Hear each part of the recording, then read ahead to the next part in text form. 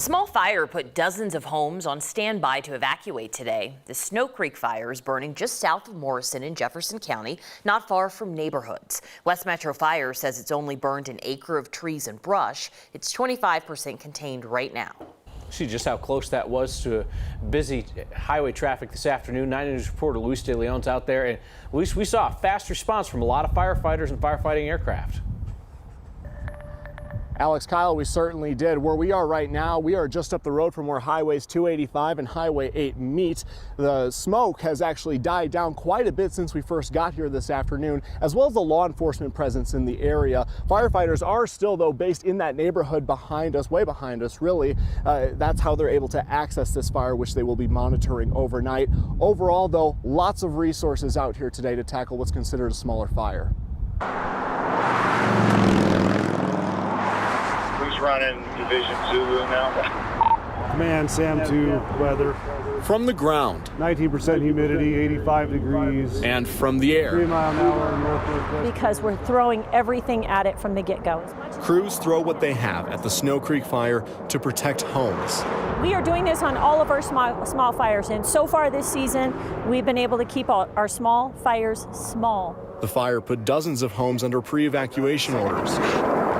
Moose and Clifford, like Clifford the big red dog. Maya Hansen was quick to leave while dog sitting in the neighborhood near the fire. We're in a dry state, like fires happen a lot, but just to see it so close, like it's scary. No one hurt and no structures damaged as of Tuesday night, thanks to the work of multiple fire departments, 2 helicopters and 2 air tankers. A lot of resources for a smaller fire. There is a need to make sure that we're balancing what we're throwing at it, all of the resources, the things that we're ordering, the air support, that it makes sense because everything costs money. But at this point, it's really important to send too many guys. Jeffco Sheriff's Office and West Metro Fire both say their approach to smaller fires is changing as fires get worse. As many firefighters as we can put on this, we call our wildland team. If they're off today, they come in. But everyone's reaction to fire now seems to be just heightened. Understandable when so much is at stake. There are so many values at risk here, meaning people's homes, people's property, and people's lives. The aircraft that you saw right there, they're grounded now since the sun, of course, is down here. Firefighters will be keeping an eye, as I mentioned, on that fire overnight. Roads, they're starting to open back up in the neighborhood behind us as well.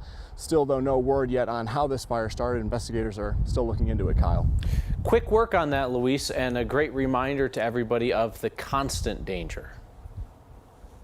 Absolutely. Maya, that you heard from there, the one that was dog sitting, she said she has never had to evacuate from a fire before. Going to make her think twice next time. She said she'll have a bag ready for sure and more of a plan. Luis De Leon reporting. Thank you, Luis. New video shows what officers did as they waited more than an hour to stop the mass shooting at a school in Uvalde, Texas. Our partners at KVUE in Austin obtained new video showing the lack of action as the shooter fired. I want to warn you, these videos are hard to watch. We're choosing not to air parts of them because of the disturbing nature, and we're not sharing sounds of the screams because it's heartbreaking, but it also could be triggering to some viewers. Almost 3 minutes after the shooting started inside Robb Elementary, surveillance video shows officers running in. Then they stop. When the gunfire starts up again, officers run back down the hall and take cover. They spend the next 70 minutes waiting. The officers, heavily armed, with body armor, helmets, some with protective shields, pace at the end of the hallway. Video shows them talking, making phone calls, and looking at floor plans, but not trying to go into the classrooms where 19 children and 2 teachers were killed. There are 4 more gunshots 45 minutes after officers got there. At least a dozen walk to the classroom, but they don't go in. At one point, you can see an officer get hand sanitizer out of a hallway dispenser. It takes another 30 minutes before officers finally enter the classroom, killing the gunman. Investigators are waiting on a medical expert to tell them how many of the victims died while police waited in that hallway. We are pissed. These families didn't deserve it. I don't deserve it. That's a slap to our babies' faces. Some families of the victims are furious the video was released to the public. They were due to watch it Sunday with the House committee investigating the shooting. Some families of the victims are furious the video was released to the public. The head of the Texas Department of Public Safety called officers' actions an abject failure. He said decisions to wait on backup, weapons, and shields likely cost lives. A Coloradan warned America today that the far-right extremists he used to work with were ready for a civil war on January 6. Jason Van Tatenhove lives in Estes Park these days. He used to be a spokesperson for the militia group the Oath Keepers. Today, he told the House committee investigating the insurrection of January 6 that he's worried right-wing militias are preparing for the next election.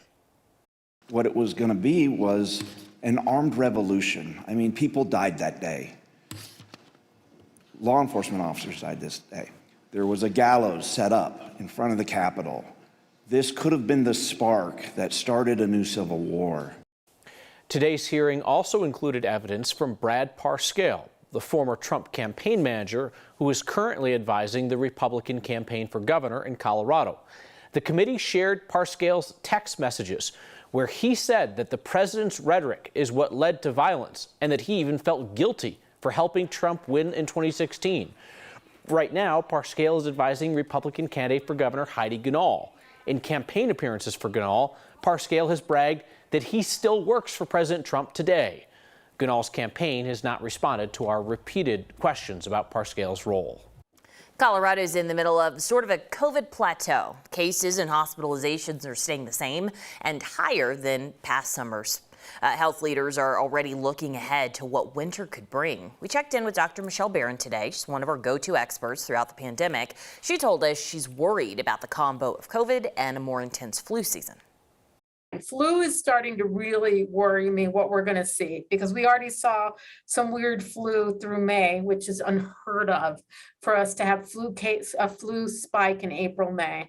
So I think the winter legit, we are going to have a real flu season. It's going to be a doozy. And then COVID will probably surge around that time frame as well.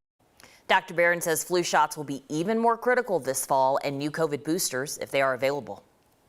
Wheat Ridge police are looking for two people who were in this car today. Police say they crashed into a motorcycle, ditched their car, and ran. It happened at 38th Avenue near Independence and Johnson. Officers say the motorcyclist was seriously hurt. We lose our culture because we have to sacrifice that in order to assimilate, in order to blend in order to survive. The Asian American community has been the target of increasing hate crimes. Now they're celebrating their resilience through art.